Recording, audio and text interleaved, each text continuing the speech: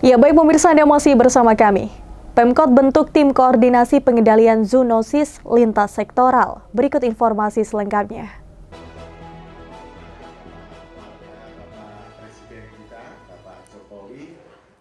Kota Pekalongan menjadi pilot project dari Kemitraan Australia-Indonesia untuk Ketahanan Kesehatan atau AIHSP terkait pengendalian penyakit berbasis pada zoonosis.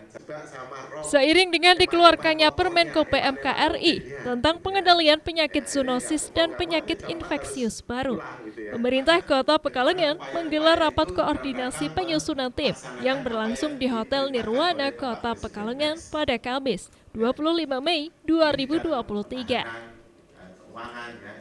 Kepala Dinas Kesehatan Kota Pekalongan melalui Kepala Bidang Pencegahan dan Pengendalian Penyakit Dr. Indah Kurniawati menjelaskan bahwa pedoman penyusunan tim penanganan zoonosis dan penyakit infeksius baru ini dibuat sebagai panduan perencanaan, penyusunan, pelaksanaan, dan evaluasi kebijakan pencegahan dan pengendalian zoonosis secara lintas sektoral.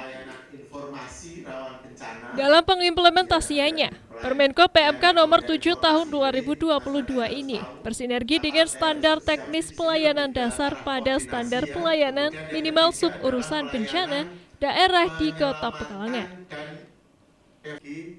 Meski Kota Pekalongan tidak banyak kasus zoonosis, namun perlu diwaspadai, sebab Kota Batik ini masih berpotensi dilanda banjir yang mengakibatkan adanya kemungkinan muncul penyakit zoonosis seperti leptospirosis, filariasis, flu burung, DPD, dan rabies yang perlu ditindaklanjuti. Seiring dengan keluarnya Permenko tentang pengendalian zoonosis dan penyakit infeksi baru, daerah agar menindaklanjuti membentuk tim koordinasi penanganan zoonosis dan penyakit infeksi baru. Mungkin belajar dari pandemi COVID agar setiap daerah lebih siap apabila ada potensial KLB penyakit infeksi baru.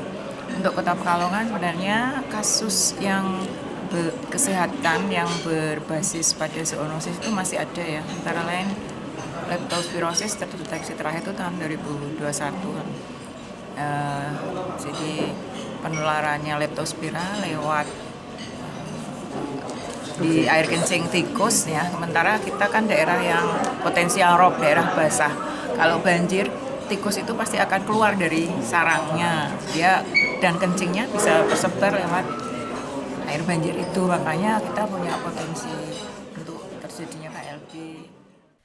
Sementara itu, Distrik Koordinator AIHSP Provinsi Jawa Tengah Hartanto mendukung pemerintah Kota Pekalongan untuk menerbitkan surat keputusan Wali Kota terkait penanganan zoonosis dan penyakit infeksius baru, di mana rakor ini bertujuan untuk menyusun kebijakan dalam rangka penanganan zoonosis dan penyakit infeksius baru sebagai tindak lanjut dari Permenko PMK nomor 7 tahun 2022 agar pemerintah kabupaten kota dan pemerintah provinsi mempunyai kebijakan sendiri.